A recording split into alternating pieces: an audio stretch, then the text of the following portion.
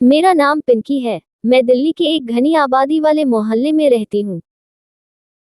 मेरी खूबसूरती के चर्चे सिर्फ मेरे घर तक नहीं थे, बल्कि घर से बाहर कॉलेज में भी थी। आपने नाम की तरह मैं बहुत ही ज्यादा खूबसूरत थी। मेरा रंग बिल्कुल दूध जैसा सफेद था, गुलाबी गाल थे। जब हंसती तो मेरी गालों पर डिंपल डलते थे। एक दिन की बात है, जब मैं एक शादी में गई हुई थी। वहां शादी की शहनाइयां बज रही थी।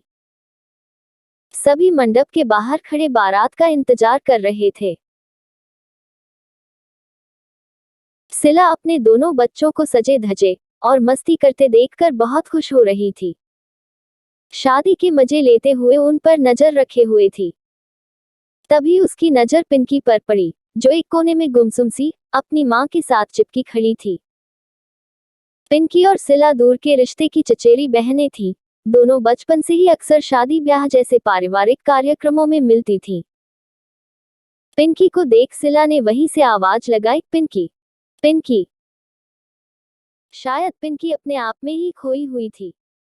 उसे सिला की आवाज सुनाई भी न दी। सिला स्वयं ही उसके पास पहुंची और चहक कर बोली, कैसी है पिंकी? पिंकी ने जैसे ही सिला को देखा, मुस्कुरा कर बोली, ठीक, बिल्कुल ठीक हूँ। कितने साल हुए न हम दोनों को मिले। शादी क्या हुई, बस ससुराल के ही होकर रह गए। सिला ने कहा, आओ, मैं तुम्हें अपने बच्चे से मिलवाती हूँ। पिंकी उन्हें देखकर बस मुस्कुरा दी। सिला को लगा पिंकी कुछ बदली बदली है। पहले तो वह चिड़िया सी फुदकती और चहकती रहती थी, अब इसे क्या हो गया? मायके में है, फिर भी गम की घटाएं चेहरे पर क्यों? जब वह सभी रिश्तेदारों से मिली तो उसे मालूम हुआ कि पिंकी की उसके पति से तलाक की बात चल रही है। वह सोचने लगी, ऐसा क्या हो गया? शादी को इतने वर्ष हो गए और अब तलाक।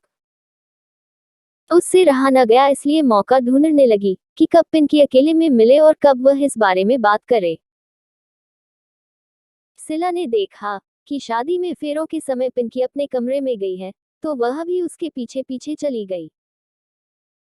सिला ने कुछ औपचारिक बातें कर कहा, मेरी प्यारी बहना, बदली बदली सी क्यों लगती है? कोई बात है तो मुझे बता। पहले तो पिंकी नानुकर करती रही, लेकिन जब सिला ने उसे बचपन में साथ बिताए पलों की याद दिलाई, तो उसकी रुलाई फूट पड़ी। उसे रोते देख सिला ने पूछा, क्या बात है, पति से तलाक क्यों ले रही है? तुझे परेशान करता है क्या? ऐसा कुछ नहीं, वे तो बहुत नेक इंसान हैं, पिंकी ने जवाब दिया। तो फिर क्या बात है पिंकी, तलाक क्यों? सिला ने पूछा। पिंकी की नैनों की शांत धारा सिसकियों में बदल गई, कमी मुझ में है, मैं ही अपने पति को वैवाहिक सुख नहीं दे पाती। मुझे पति के पास जाना भी अच्छा नहीं लगता।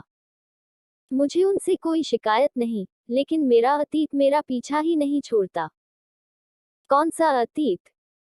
आज पिंकी सब कुछ बता देना चाहती थी, वह राज जो बरसों से घुन की मानिंद उसे अंदर से खोखला कर रहा था। जब उसने अपनी माँ को बताया था तो उन्होंने भी उसे कितना डांटा था। उसकी आधी अधूरी सी बात सुनकर सिला कुछ समझ न पाए और बोली, पिंकी, मैं तुम्हारी मदद करूंगी, मुझे सच सच बताओ, क्या बात है? पिंकी उसके गले लग खूब रोई और बोली, वे हमारे दूर के रिश्ते के दादा हैं ना, गांव वाले किसी शादी में हमारे शहर आए थे और एक दिन हमारे घर भी रुके थे। माँ को उस दिन डॉक्टर के पास जाना था।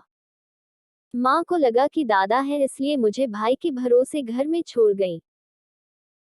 जब भैया खेलने गए तो दादा मुझे छत पर ले गए और कहकर वह रोने लगी। उसकी बात सुनकर सिला की आंखों में मानो खून उतर आया।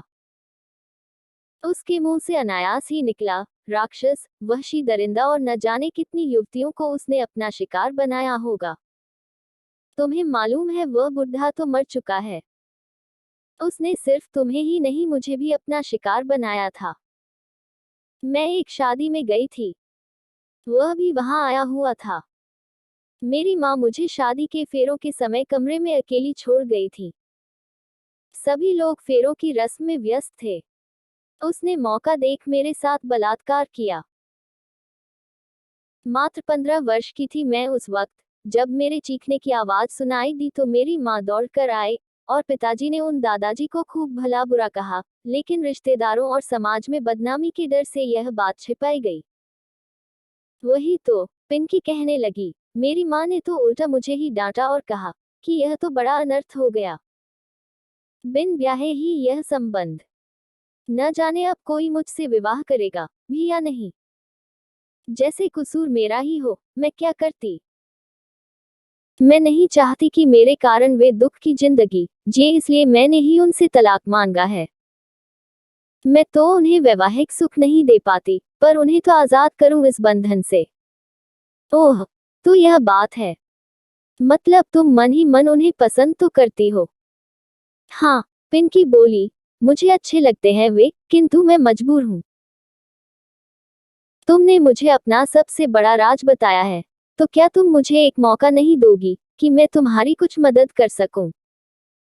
देखो पिंकी, मेरे साथ भी यह हादसा हुआ, लेकिन माँ पिताजी ने मुझे समझा दिया कि मेरी कोई गलती नहीं, पर तुम्हें तो उल्टा तुम्हारी माँ ने ही कसूरवार ठहरा दिया। शायद इसलिए तुम अपने आप को गुनाहगार समझती हो, सिला बोली। तुम कहो तो मैं तुम्हारे पति से बात करूं इस बारे में। नहीं नहीं, तुम ऐसा कभी न करना, पिंकी ने कहा। अच्छा नहीं करूंगी, लेकिन अभी हम 3 या 4 दिन तो हैं यहाँ शादी में, तो चलो मैं तुम्हें काउंसलर के पास ले चलती हूँ। वह क्यों? पिंकी ने पूछा। तुम मेरा विश्वास करती हो न, तो सवाल मत पूछो। बस सुबह तैयार रहना।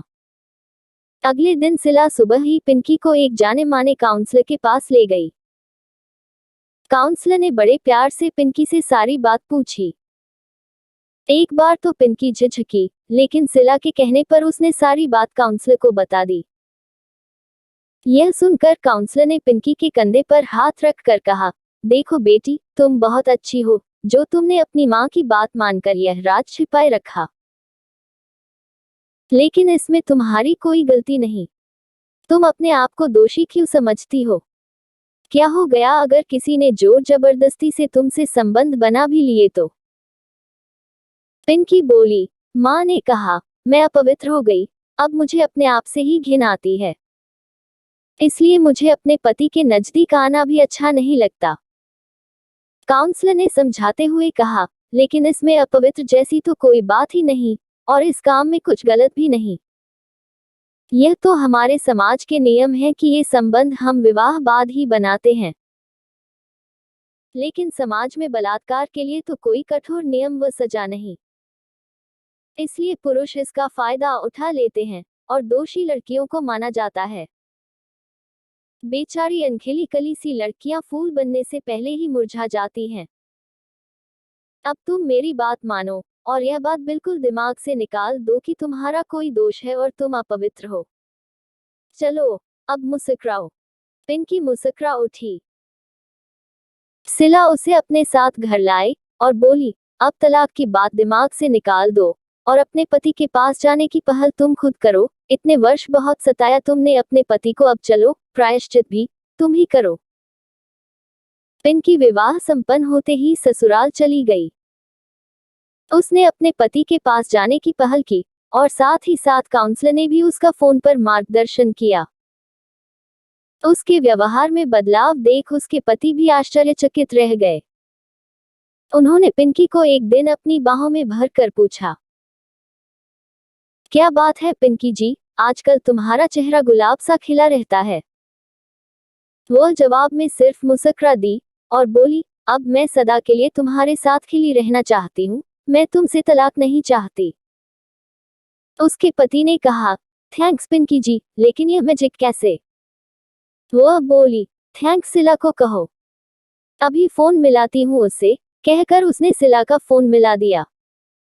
उधर से सिला ने पिंकी के पति से कहा, थैंक्स की बात नहीं, बस यह ध्यान रखना कि गुलाब यूं ही खिले रहें। दोस्तों, ऐसी ही ऑसम कहानियां पढ़ने और सुनने के लिए हमारे चैनल ऑसम कहानियां को प्लीज लाइक करना और अपने खूबसूरत दोस्तों के साथ शेयर करना और सब्सक्राइब करना। धन्यवाद।